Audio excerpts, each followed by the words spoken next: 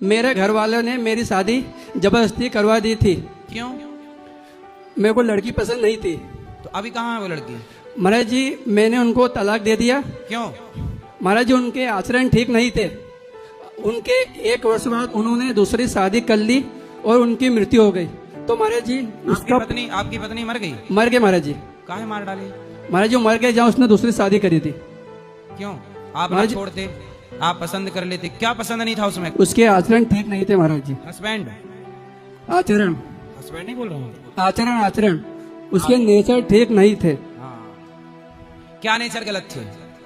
महाराज जी अब तो मैं नहीं बता सकता हूँ सबके सामने। महाराज जी अब उसकी मृत्यु हो गई है। जब आचरण अच्छे नहीं थे तो आपके माँ बाप को उसके आचरण नहीं दिखे? महाराज जी परिवार वालों ने जबरदस्ती जल्दबाजी में शादी करवा दी।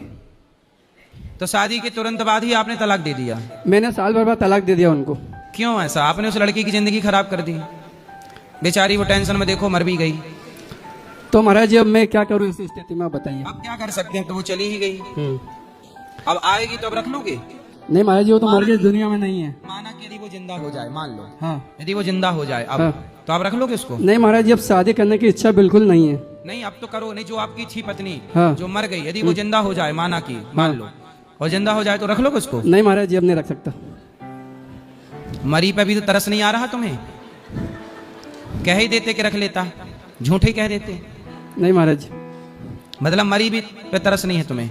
नहीं महाराज जी। क्यों इतने निर्दयी कैसे हो?